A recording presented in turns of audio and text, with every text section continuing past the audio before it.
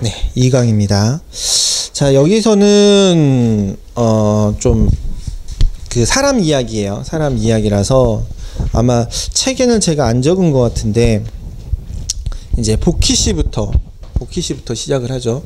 보키 씨라는 사람 최초의 제사장인 사람이고, 이 보키 씨가 창힐이라는 사람하고 엮여요. 창힐이라는 사람이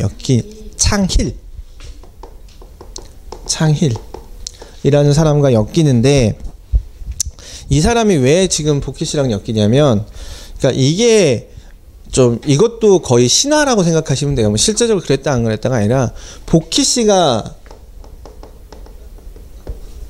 자연의 이치를 아는 사람이에요. 쉽게 얘기하면 자연의 이치, 그러니까 농사 짓는 거지만 그건 결론적으로 자연의 이치예요. 이 자연의 이치를 보고 이 보키 씨가 창희 씨하고 짬짜면을 먹어갖고 만든 게 한자라는 거예요. 그래서 그 창희라는 사람은 최초의 한자를 만든 사람이라고 얘기를 하거든요. 근데 말이 창희라는 사람이 있지 실존 인물이라고는 좀 생각하기는 어려워요. 생각하기는 어려운데, 창희라는 사람이 있어서 보키 씨와 함께 한자를 만들었다라고 얘기를 하는 거예요.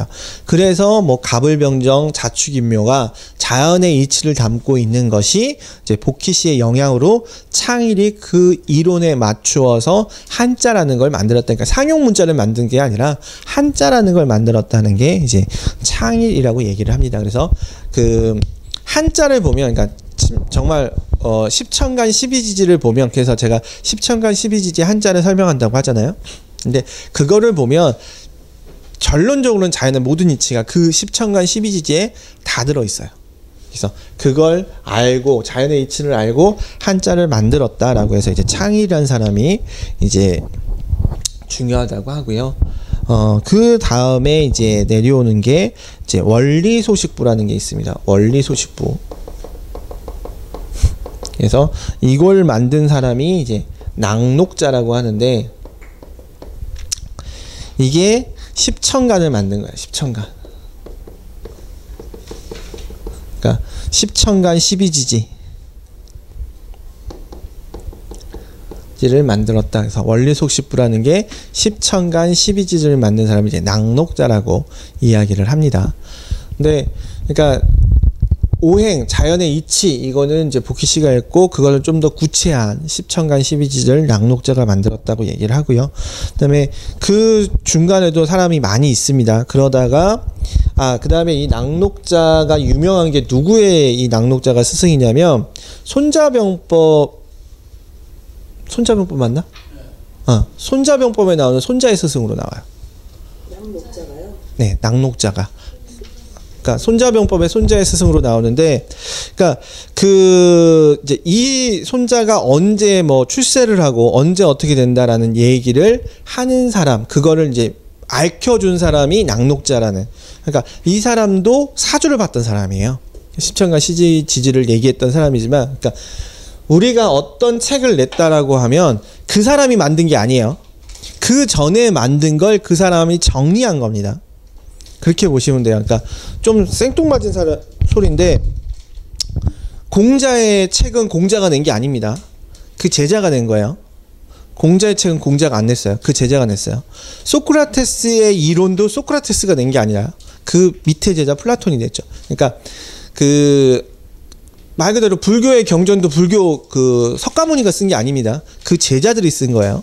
그렇기 때문에 이 사람들이 어떤 책을 냈다라고 하는 건 이 사람이 낸 게 아니라 그 전에 있었던 내용을 이 사람이 집필했다라고 보시면 되고, 그 다음에 가장 중요한 사람이 서대승이라는 사람이 나옵니다.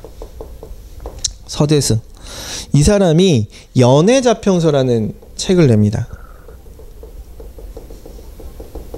물론 이 전에도 책이 많고 이 이후에도 책이 많아요. 근데 왜 이 서대승의 연애자평서가 중요하냐면, 우리가 지금 배우고 있는 이 이론의 바이블이라고 생각하시면 돼요. 원서라고 생각하시면 됩니다. 그래서 우리가 배우고 있는 모든 내용이 이 연애자평서를 벗어나면 안 돼요. 그러니까 이 연애자평서에서 발전한 거지, 이 연애자평서를 무시하는 책은 있을 수가 없습니다. 그래서 이 연애자평서가 그만큼 중요한 거기 때문에 이제 이것을 이제 공부하는 거고요. 물론 이 밑에 뭐 적천수란 책도 있고 뭔 책도 있고 책은 많습니다. 근데 이 연애자평서가 가장 잘 정리해 놓은 책이라고 생각하시면 돼요. 근데 이 연애자평서는 실제로 읽기가 어렵습니다. 왜냐하면 말 그대로 사전 같은 느낌이에요. 이럴 때 이렇고 이럴 때 이렇고 이걸 사전처럼 써놓은 책이기 때문에 이거를 보고 무엇인가를 이해하기는 되게 어렵고요. 단지 이렇게 보시면 돼요. 내가 공부를 하고 내가 이걸 다 공부해보고 사주를 풀어봤는데 이게 이런지 저런지 좀 헷갈린다. 그럴 때 찾아보는 사전 같은 거예요. 그게 연애자평서라고 보시면 되고요. 그러니까 이것도 실제적으로 다 읽기는 어려운 게 뭐냐면 이거 다 읽으면 어렵기도 어렵지만요. 지금 현재랑 안 맞는 게 또 너무 많아요. 왜냐면 이게 이제 명송 때 정리된 거예요. 명나라, 송나라 때. 그러다 보니까 지금하고 좀 안 맞아요. 내용들이. 그래서 이거를 다 읽고 사주를 보면 지금하고 너무 안 맞는 내용들이 많습니다. 그런 것도 있지만 어렵기도 하고. 그래서 이 연애자평서는 지금 내가 사주를 보다가 어떤 사람은 이렇게 얘기하고 어떤 사람은 이렇게 얘기하는데 이게 원래는 뭐라고 얘기했는지 그걸 찾아보기 위해서 연애자평서를 본다라고 생각하시면 돼요. 그래서 이 연애자평서라는 게 제일 중요한데, 자, 그러면 이 연애자평서가 왜 중요하냐? 그게 중요하겠죠. 밑도 끝도 없이 연애자평서가 중요하다고 하면 별 의미가 없습니다. 이 연애자평이라는 게 뭐냐면 자평이라는 의미, 물이 평평하게 흐른다는 의미예요. 연애자평서는 물이 평평하게 흐르는 것이 좋다라는 개념의 책입니다. 근데 이게 무슨 얘기냐면 사주를 보면 이제 나중에 용신법이라는 게 나와요. 제일 끝에 배울 겁니다. 용신법. 근데 이 용신법이라는 게 쓸용자야. 사람들이 잘못 생각하고 용용자라고 생각해서 막 엄청난 기운이 들어와서 나한테 줘. 이게 아니라 용용자. 나에게 쓸 오행인데 이 용신법을 얘기한 게 이제 연애자평서입니다. 그래서 어떤 개념이냐면 물이 너무 어떤 물이 있는데 이쪽은 높고 이쪽은 낮아요. 흔들면 평평하게 흐른다요. 물은 어차피 평평하게 흐르는 거잖아. 높고 나쁘가 아니라 이렇게 평평하게 흐르는 거잖아. 그래서 이게 업부용신법이라는 게 이제 여기서 나오는 건데 뭐냐면 힘이 너무 강하면 좀 약하게 만들고 약하면 강하게 만들어야 그게 연애자평. 물이 평평하게 흐르는 것처럼 세상의 이치는 평평하게 흘러야 된다. 그러니까 내가 너무 고집이 세면 내가 고집을 죽이고 좀 내가 원하는 것, 내가 해야 할 것을 좀 따르고 내가 해야 할 것이 너무 많아서 내가 너무 힘들면 그것 좀 버리고 내가 나 자체를 좀 지켜라. 그러니 높으면 낮게, 낮으면 높게. 그래서 이 중간을 따라야 한다. 라는 게 업부용신이에요. 더하거나 빼거나. 이게 업부입니다. 그렇기 때문에 이게 나온 책이 연애자평이라고 생각하시면 돼요. 그러니까 물이 평평하게 흐르는 거야. 물을 이렇게 기울여져 있어도 흔들면 평평하게 가는 것처럼. 그래서 이 연애자평서에서 나오는 기본 이론이 동양 철학에서 제일 중요한 철학이 나옵니다. 중도. 중도. 높으면 낮게, 낮으면 높게. 그게 중도죠. 그 중도라는 것이 바로 연애자평서에서도 나오고 있는 철학입니다. 그래서 우리가 그 사주를 이렇게 보다 보면 가장 중요한 이론이 중도예요. 내가 너무 나서면 나서지 않고 좀 조용히, 내가 너무 조용하고 아무것도 하지 않으면 좀 나서서, 이런 것도 어떤 중도의 개념인 거거든요. 그래서 나중에 얘기하겠지만 이 중도의 개념이 이제 화수목금토라는 걸 얘기할 때도 이 중도의 개념이 되게 중요해요. 그래서 이 동양 철학에는 중도라는 개념이 가장 중요하다라고 보시면 됩니다. 그래서 그것을 이야기하고 있는 것이 연애자평서라고 생각하시면 돼요. 그래서 이런 역사를 가지고 있다라고 보시면 됩니다. 자, 그 다음에 여기서 조금 샛길로 빠지는데, 자, 이게 이제 중도예요.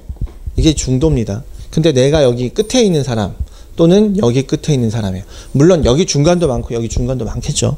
근데 이쪽 끝이라고 그러면 내가 이쪽을 향해 간다고 해서 요렇게 가는 거는 없습니다. 가봐야 여기에요. 얘도 올라간다고 해서 이렇게 가지는 못하고요. 가봐야 여기에요. 그러니까 내가 나라는 자체를 바꿀 수는 없습니다. 바꿀 수는 없고 힘을 더하고 뺄 뿐이지 바꾸는 건 없어요. 그래서 아까쯤에 제가 선을 이렇게 그려서 혹시 착각하실까봐, 그러니까 나중에 사주를 배울 때도 나라는 사람이 바뀌는 건 없어. 내가 센 사람이면 죽을 때까지 센 사람이고, 내가 약한 사람이면 죽을 때까지 약한 사람이에요. 그런데 내가 센 사람인데 좀 무엇인가를 얻기 위해서 가는 거, 내가 너무 약한 사람이면 내가 좀 세게 가는 것이지, 그렇다고 얘가 이로 바뀌고 얘가 이로 바뀌는 경우는 없다라고 보시면 돼요. 물론 있는 경우가 있어요. 사람이 미치면 바뀌어요. 실제로 미쳐서 바뀐 사람 봤어요. 사주를 봤는데 사주를 이렇게 보다가 그 사람이 뭐라고 그랬냐면 다 틀리대요. 그래서 왜요? 그랬더니 자기 히키코모리래요. 히키코모리가 집에서 안 나오는 사람이에요. 중학교 때부터 집에서 안 나왔대요. 그래서 제가 그 사람한테 당신 사주 볼 필요 없다고 그랬어요. 당신 제정신이 아니기 때문에, 당신 사주대로 안 살고 있는 사람이기 때문에 당신은 사주를 어떻게 봐도 안 맞습니다. 물론 사주학적으로 이제 그걸 얘기를 해요. 어떤 시절에 어떤 운이 들어와서 이 사람이 충이 돼갖고 어떤 것을 했기 때문에 이 사람이 이렇게 될 수밖에 없었다 라고 해석은 할 수는 있습니다. 현상을 해석하는 건 돼요. 그런데 이 사람한테 어떻게 살면 좋겠습니다는 안 통해요. 집에서 안 나온 사람한테 어떻게 살면 좋겠습니다 어떻게 통하겠어요?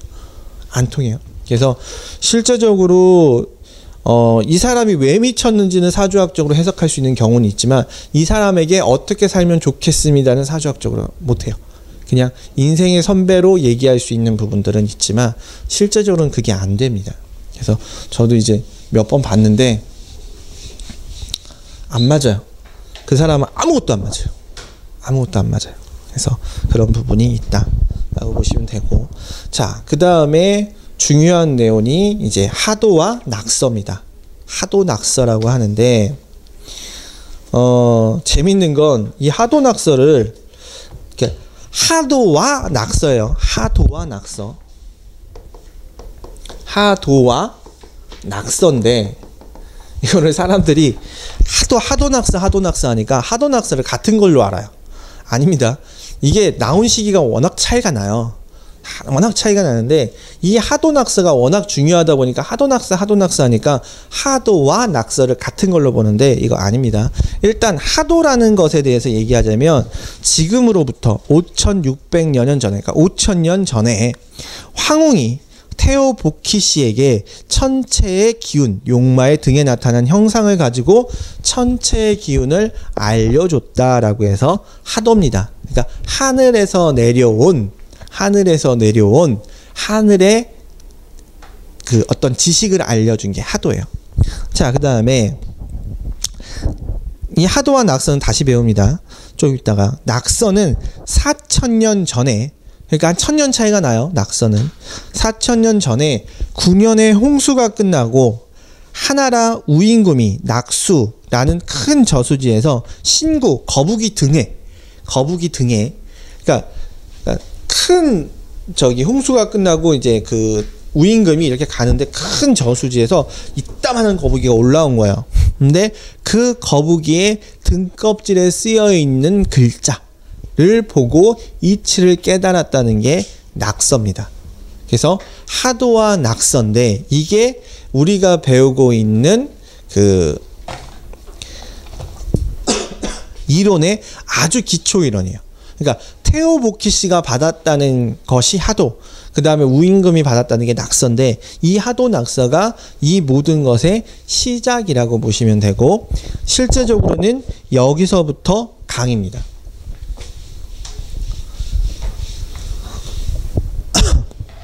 이 전 내용은 그냥 재밌는 얘기, 우리가 그래도 사주를 배웠다는 사람들이 알아야 되는 재밌는 내용이라면 하도와 낙서는 실제적인 의미라고 보시면 되고, 이거는 지금 책에 보시면 나와 있습니다. 지금 29쪽에 나와 있습니다. 그래서 이거는 뭐 그리셔도 되고,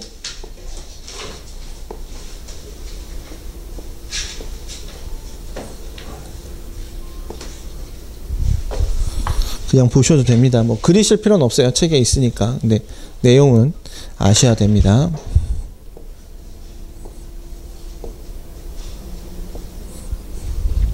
자, 이게 하도 낙서인데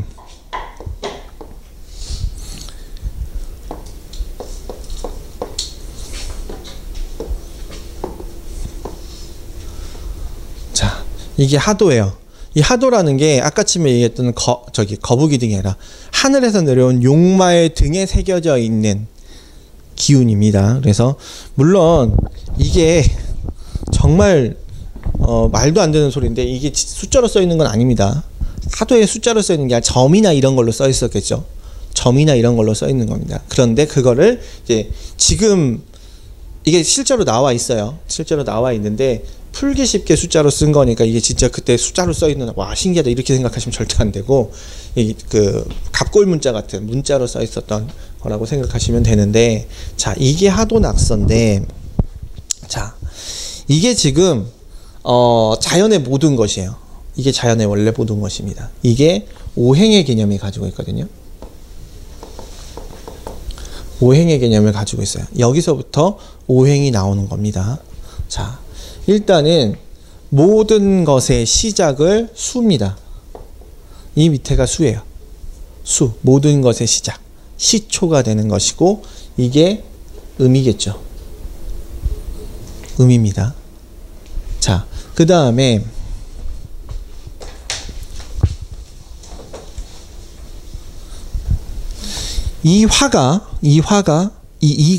이 위쪽이 화예요. 화의 기운. 그리고 이건 양을 대표합니다. 모든 것의 시작. 그 다음에 그러니까 수, 그 다음에 화라고 보시면 돼요. 자, 그래서 모든 것의 시작인 근원이 1부터 시작하는 거예요. 1부터 시작하는 거고 그 가장 강력한 것을 화라고 생각하시면 됩니다. 그럼 1, 2죠. 그럼 양이죠. 음양이 더해졌으니까 이제 몇이 돼요? 1, 2가 더했으니까 3이 되죠. 그게 생명, 이게 목입니다. 3이라는 숫자가 목에 해당해서 1, 2가 더해서 3, 양이 더해서 생명이 된다는 개념도 가지고 있는 겁니다. 자, 그 다음에 이제 생명이 됐으니까 이제 결론이 나야 되겠죠. 결론이 나는 게 금이에요. 결론이 나는 게 금입니다. 그래서 이 금이 되는 거고요. 그게 사. 그러면 오는 뭐냐면 이제 오라는 것이 이제 중심이에요. 이게 토예요. 이 중심이 토인데 이 토라는 게 참 재밌게 얘기를 하는데 이제 양이고 음이잖아요. 그래서 합쳐서 토다. 이렇게도 얘기합니다. 이해하기 쉽게. 양을 더했잖아요. 그러니까 중심이 토다라고도 얘기를 합니다. 근데 이게 5, 그 다음에 10이라는 숫자도 같이 포함됩니다. 자, 그래서 1은 6, 3은 8, 2는 7, 4는 9예요. 다 뭐를 더해요? 5를 더하죠. 5를 더하면 1에서 5를 더하면 6이고 3에서 5를 더하면 8이고 이런 식으로 하도라는 것이 정해지게 됩니다. 이게 양의 시작이자 생명과 어떤 끝, 결론의 시작이기도 하고요. 자, 이걸 가지고 이제 얘기할 것들이 많아요. 자, 일단은 뭐 1, 2, 3, 4, 5, 6, 7, 8, 90 이것보다는 이 오행이 먼저인데 자, 음이라는 게 수라는 게 모든 생명의 근원이자 시초라고 생각하시면 돼요. 모든 생명의 근원이자 시초. 여기서부터 생명이 시작되어지는 곳이라고 생각하시면 되고요. 이게 계절적으로는 겨울이고 하루를 보면 밤입니다. 계절적으로는 겨울이고 하루로 보면 밤이에요. 그게 수에 해당합니다.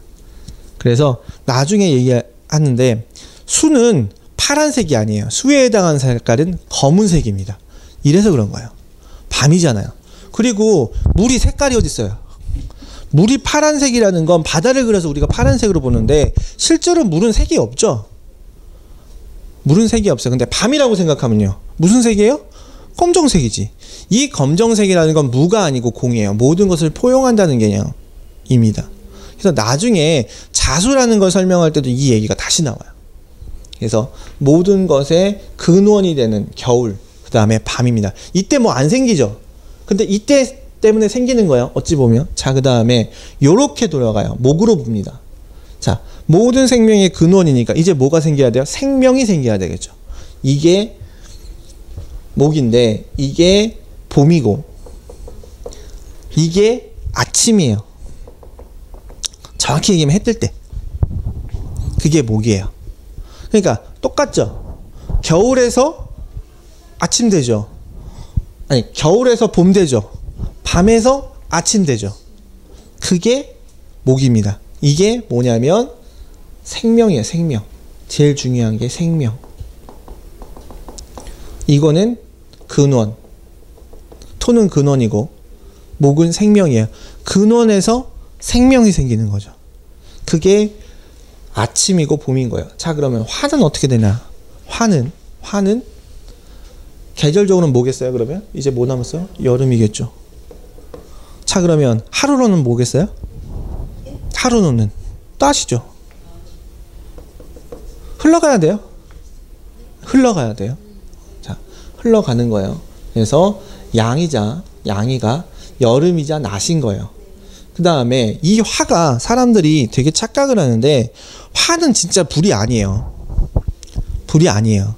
이거는 화려하다예요. 화려하다 또는 왕성하다라고 생각하시면 돼요. 자, 생각해 보세요. 여름에 나무가 가장 빨리 자라죠. 나이트 보면 제일 넓잖아요. 여름이. 그러니까 불타 없어지는 게 아니에요. 화를 불타 없어진다고 생각하는 얘기는 제일 무식한 얘기예요. 그럼 자연이 안 흘러가잖아요. 여름은 뜨겁다는 건 맞지만 이게 불탄다는 개념이 아니라 가장 생육이 왕성하다. 화려하다. 왜냐면 잎이 가장 파랗죠. 어떻게 보면 우리가 이뻐 보이는 건 가을이지만 실제적으로 가장 왕성하게 자라고 생육해 보이는 때가 언제예요? 여름이에요.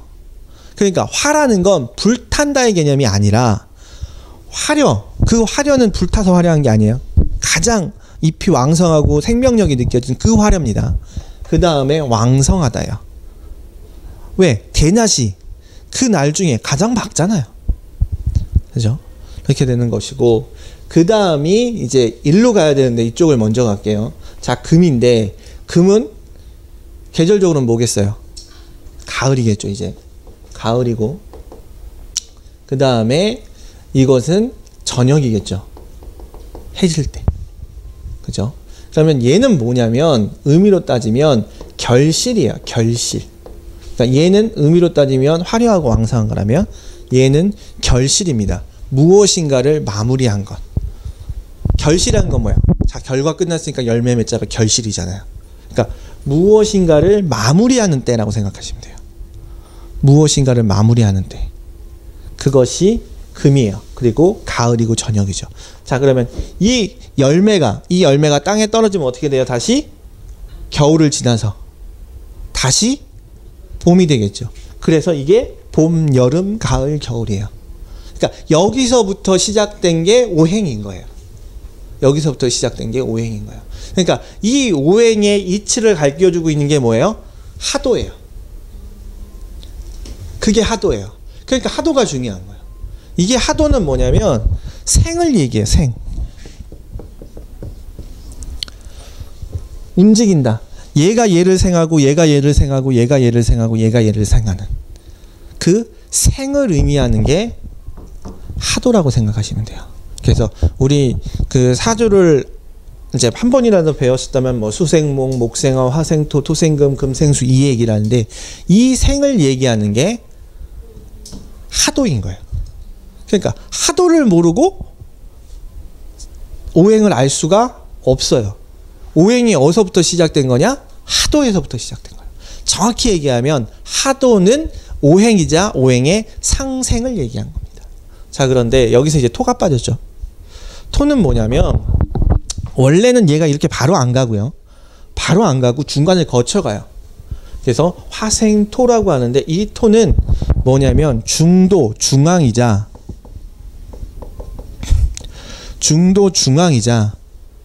무엇인가를 모인다라고 얘기합니다. 모으는 것이에요. 그것을 모으는 때라고 보시면 됩니다. 그래서 근간이 돼요. 이거는 근간이 됩니다. 근간과 근원은 틀려요. 근원은 시작하게 하는 곳이, 근간은 그 모양새를 갖춘 거죠. 근간이에요. 그래서 중심이라고 하고, 정확히 얘기하면 수생목, 목생화, 화생토, 토생금, 금생수예요. 근데 이거는 다시 배워요. 네, 그건 또 다시 배웁니다. 근데 이 하도에서 얘기하는 건 오행을 얘기하고 있다라는 것을 가르치고 싶은 거예요. 자, 그 다음에 자, 여기에서 이것만 해도 아주 끝까지 갈 수 있는데, 자, 끝까지는 안 가고 지금 이해할 수 있는 것만 이해할게요. 자, 수는 밤이고 겨울이니까 동서남북 중에 어딜까요? 북이겠죠. 제일 춥잖아요. 그죠? 제일 춥죠, 북쪽이. 그리고 겨울에 해당하는 것입니다. 그래서 죽은 사람은 어디로 머리를 둬요? 북쪽으로. 뭘 받아야 되니까? 음기를 받아야 되니까. 그럼 산 사람은 어디로 머리를 둬야 돼요? 남쪽. 해가 제일 많이 들어오는 거니까. 물론 이거는 말이 이런 거고요. 실제적으로 풍수하시는 분이 그 얘기 하더라고요. 다 필요 없고 남쪽으로 머리 둔 건 해가 제일 잘 들어왔기 때문에 가장 소독이 잘 돼서다. 그래서 남쪽으로 머리를 둔 거고 남쪽으로 향을 둔 거다. 그러니 네 집이 남쪽을 보고 있지 않더라도 창이는 쪽을 두고 머리를 둬라. 그게 제일 좋은 때다. 아, 창이 없는데 남쪽으로 머리 두는 건 무식한 거다. 그 얘기 하더라고요. 왜냐하면 남쪽이 좋은 의미는 해가 잘 들어와서요. 근데 우리 집에 해가 안 들어. 남쪽에. 근데 남쪽에 머리를 두면 돼요, 안 돼요? 안 돼요. 머리 두는 곳은 해 뜨는 곳에 두는 거예요, 원래가. 그러니까 우리 집이 서쪽이다. 그래도 해가 어느 쪽으로 뜨겠어요? 서쪽으로 뜨겠지. 내 창이 서쪽밖에 없는데. 낮이 되면 서쪽에서 해가 떠 보이진 않아도 해는 그쪽에서 들어올 거 아니야. 그래서 이게 의미는 이렇게 되지만 실질적으로 풍수를 했을 때는 그게 아니라 그냥 해 잘 드는 곳으로 머리 돌아. 그 얘기 하더라고요. 그래서 뭐 그 이론적으로는 똑같다면 나에게 더 좋은 쪽으로 머리를 돌아 이렇게 얘기를 하지만 이거는 이론이지 실제적으로는 해 잘 드는 곳이 나한테 제일 좋은 겁니다. 자, 그 다음에 그러면 목은 방향이 어딜까요? 그렇게 되면 해 어디서 떠요? 동쪽에서 뜨죠. 그래서 동이에요. 해가 동쪽에서 뜨잖아요. 해가 동쪽에서 뜨죠. 그러면 해가 제일 높을 때는 어디예요? 남쪽이에요. 그래서 화가 남쪽이에요. 화가 남쪽. 그러면 해가 어디로 져요? 서쪽이죠. 그래서 금이 서해요. 그럼 토는 어딜까요? 중앙이죠. 말 그대로 중심이니까 모든 것이 모이는 곳이라는 개념이에요. 그래서 중국이에요. 중국이 그래서 중국이에요. 그래서 중국이 제일 좋아하는 색깔이 뭐예요? 금색. 자금성이잖아요. 근데 금색은 누구 색이에요? 황제의 색. 그러니까 금색 하면 돼요, 안 돼요? 안 돼요. 그래서 뭐를 가져요? 붉은색. 화생토잖아요. 그래서 붉은색을 좋아하는. 근데 엄정이 좋아하면 제일 좋아하는 색깔은 무슨 색? 금색이에요. 그래서 중국이 무슨 용을 제일 좋아해요? 황용. 중국이 황용을 진짜 제일 좋아합니다. 우리나라는 무슨 용을 제일 좋아해요? 청용. 왜? 우리나라가 어느 나라니까? 동방목국이니까. 해 뜨는 나라 아니에요. 우리나라 해 뜨는 나라죠. 그래서 동방목국이라고 얘기를 해요. 동쪽 방향의 목국. 동방목국이라고 얘기하는 게 그런 겁니다. 그래서 우리를 동방목국이라고 얘기하는 게 다 의미가 있어요. 그래서 이 방향도 이렇게 보면은 나오죠. 그러니까 이거를 뭐하러 애우고 앉아 있어요. 애우는 게 아니에요. 이거 보면 다 나오잖아요. 하도에서 다 나오는 거예요. 자, 그러면 온도도 나와 볼까요? 자, 수는 온도가 어떻겠어요? 제일 춥겠죠. 왜? 한밤이잖아요. 한겨울이고. 온도가 어때요? 제일 추워요. 그러면 봄은요? 온도가 어때요? 따뜻하겠죠. 해 뜨잖아요. 그럼 화는요? 제일 덥죠. 그렇잖아요. 한낮이잖아요. 여름이고. 그럼 금은요? 해지니까 이제 서늘해지죠. 그래서 화수목금토에 대한 온도가 여기서 나오는 거예요. 이걸 뭘 외워요. 알면 되지. 그죠? 이렇게 알면 되잖아요. 그러니까 이거를 저도 이제 나중에 표를 그려놓고 이렇게 쭉 써놨는데, 이 표를 외우라고 하지 않는 게 그냥 보면 되잖아요. 화수목금토만 이해하면. 화수목금토만 이해하면 얘가 그냥 아까도 얘기했는데, 잠깐 얘기했는데, 색상은 볼게요. 자, 색상 수 무슨 색일 거예요? 그러면 검은색. 그렇죠? 그러면 목은 무슨 색일까요? 청색. 왜요? 새싹이니까. 풀이 무슨 색이에요? 청색이잖아요. 그래서 청색인 거예요. 그럼 화는 무슨 색일까요? 붉은색. 여름을 해당하니까 가장 화려한 색깔 붉은색. 자, 그럼 여기서 애매한 게 하나 있어요. 자, 토는 무슨 색일까요? 황토색이에요. 왜? 가장 중심이 색이라고 얘기를 해서 황토색입니다. 자, 그러면 이게 땅이라는 개념도 있거든요. 네, 그런 거예요. 자, 금이 이제 제일 헷갈려요. 금이 무슨 색인지 아세요? 흰색. 왜 흰색일까요? 얘는 의미가 별로 없어요. 그렇게 되면 금 아니에요. 의미가 없으면 안 되지. 왜 흰색이냐면 결실이죠. 열매죠. 열매 쪼고 깨면 뭐가 쪼개져요? 씨앗이 쪼개지죠. 씨앗 색깔이 무슨 색이에요? 흰색이에요. 씨앗의 색깔이 흰색이에요. 그래서 금은 흰색이에요. 금속이어서 흰색이 아니라 씨앗을 얘기해요. 그래서 금을 결실이라고 한 거예요. 금속이라고 얘기하지 않고 결실이라고 얘기한 게 바로 이것 때문이에요. 그거 아니에요. 씨앗이에요. 씨앗. 경금, 신금을 보면, 그러니까 십천간을 얘기할 때 경금, 신금을 얘기하는데 둘 다 씨앗의 개념이에요. 그래서 금은 씨앗이에요. 왜? 가을이잖아요. 가을의 대표는 뭐예요? 추수하고 곡식 걷는 거죠. 그게 열매, 결실의 의미예요. 그러니까 십천간을 얘기할 때 다시 얘기했지만 금의 성격은 무엇인가를 마무리하는 성격이라는 게 여기서 나오는 거야. 결실이기 때문에. 그래서 금은 흰색인 거예요. 흑백이 아니라 무엇인가를 마무리했기 때문에 흰색이라고 생각하시면 돼요. 그러면 색깔도 나오죠. 이걸 뭐하러 외우고 앉아있어요? 뜻을 알면 생각하면 나오잖아요. 그렇죠? 생각하면 자연스럽게 나와야 되는 거고, 이게 자연의 흐름을 보면 나와야 되는 거예요. 자연의 흐름을 보면. 그래서 제가 왜 화를 불탄다고 하는 걸 제일 싫어하냐? 불타면 자연이 안 움직이잖아. 그렇잖아요. 내가 제일 싫어하는 게 뭐냐면 불타서 재가 됐대요. 그 재가 땅속으로 들어가서 굳어갖고 금속이 됐대요. 제일 죽여버리고 싶어요. 그 금속이 녹아가지고 물에서 녹는데요. 금속이 어떻게 물에서 녹아? 그래서 생명이 생긴대. 아니, 금속이 벼랑간 물에다가 넣으니까 여기서 생명이 생긴다는 거야. 말이 돼요? 안 돼요? 안 되잖아요. 금속이 물에다가 넣는다고 그게 녹아가지고 그게 생명이 생기면 그게 말이에요? 껍데기예요. 그런 게 어딨어. 그렇죠? 그런데 요렇게 돌리면요, 말이 되죠. 근원에서 생명이 생겨서 그 생명이 가장 왕성하게 자랐다가 굳어져서 열매를 맺고 그 열매가 땅에 떨어져서, 정확히 땅은 토가 아니에요. 수예요. 수. 사막에 씨앗 떨어지면 생명이 생겨요? 안 생겨요? 안 생기죠. 근데 사막에 언제 생명이 쭉 생겨요? 비가 싹 내려버리면 갑자기 풀이 확 자라죠. 그러니 씨앗은 땅에 심어야 되는 거예요? 물에 심어야 되는 거예요? 물에 심는 거예요. 땅에 물이 없는 땅에 심으면 아무 의미가 없어요. 사막도 땅이잖아요.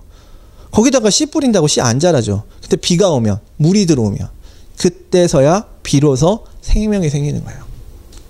우리가 흔히 땅에다가 심는 건 땅에 뭐가 있으니까? 물이 있는 상태니까. 그렇죠? 그래서 좀 다른 얘기인데, 옛말에 틀린 말이 하나도 없다는 얘기가 나오는데, 겨울에 눈이 많이 오면 풍년이 든다는 얘기를 해요. 그죠? 그게 왜 그러냐면 겨울에 눈이 많이 오면 땅의 물을 저장합니다. 안 흘러요. 그렇겠죠. 겨울에 오는 물은 안 흘러요. 여름에 오는 물은 흐르죠. 쭉 흘러가요. 근데 겨울에 오는 물은요, 저장돼요. 그게 임수라는 그 한자의 의미인데 그것도 이제 십천간을 보면서 그걸 다시 얘기할 텐데 그러니 겨울에 눈이 많이 오면 반드시 여름에 풍년이 생긴다는 게 그거. 왜? 땅에 물이 넉넉했으니까 이제 봄이 되면 많이 씨앗이 생겨나겠죠. 그래서 가뭄에 제일 중요한 거는 여름 가뭄보다 겨울 가뭄이 더 농사 짓기 힘들다고 얘기합니다. 겨울 가뭄이. 왜? 땅에 물이 없어요. 흐를 물이 없어요. 그러니까 봄 되면 산에서 물이 졸졸졸졸졸졸졸 계속 끊임없이 흐르죠. 확 지나가는 게 아니라 그러면서 씨앗을 깨우고 그러면서 자연을 깨우고 그러면서 풀이 우거지고 그러면서 곡식이 발화를 하는 거죠.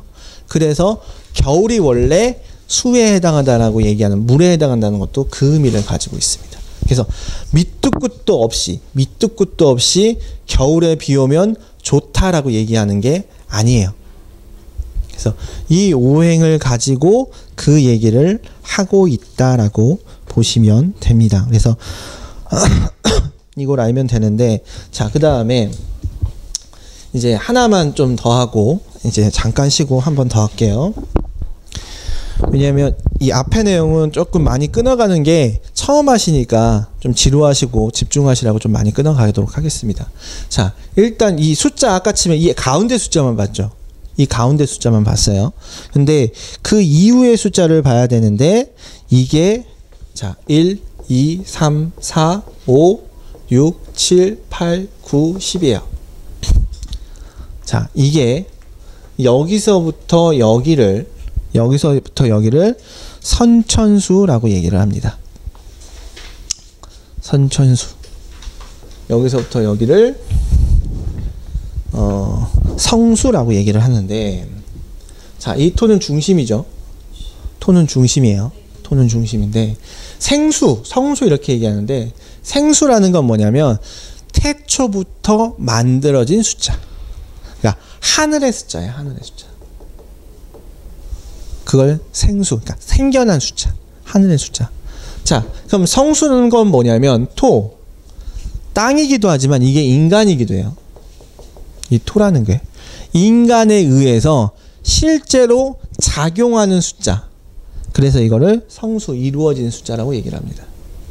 그러니까 이건 생수, 만들어진 숫자, 하늘의 숫자. 성수는 인간을 의해서 실제로 집행되는 숫자예요. 집행되는 숫자. 그래서 성수라고 얘기를 합니다.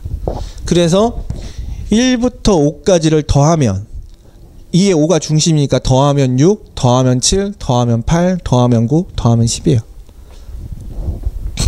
그렇게 되는 거예요. 그래서 생수와 성수인데 이게 여기서만 나오는 게 아니라 십천간 12지지에도 이 내용이 똑같이 또 반복됩니다. 그래서 지금 처음에 이 내용을 받으시면 아 쉽다라는 생각도 들겠지만 이게 뭔 소리인지도 잘 몰라요. 이게 도대체 사주를 보는데 어떤 의미를 갖는 것일까? 잘 몰라요. 그런데 이게 계속 반복돼요. 계속 반복돼요. 이 내용 안에서 십천간도 나오고 십이지주도 나오고 지장간도 나오고 뭐 십신도 다 여기서 나와요. 그렇기 때문에 얘를 알지 않고 얘를 명확하게 하지 않고는 나머지가 다 이해가 안 갑니다. 그래서 이 생수, 성수, 그래서 이게 숫자가 그래서 1, 2, 5를 더해서 6, 3, 2, 5를 더해서 8, 5가 4를 더해서 9, 5가 2를 더해서 7 이렇게 된다라고 보시면 되고요. 잠깐 쉬었다가 이제 낙서를 하고 이제 마무리를 짓도록 하겠습니다. 그래서 낙서는 되게 짧아요. 근데 그 이전에 잠깐 다른 얘기를 하고 낙서를 하도록 하겠습니다.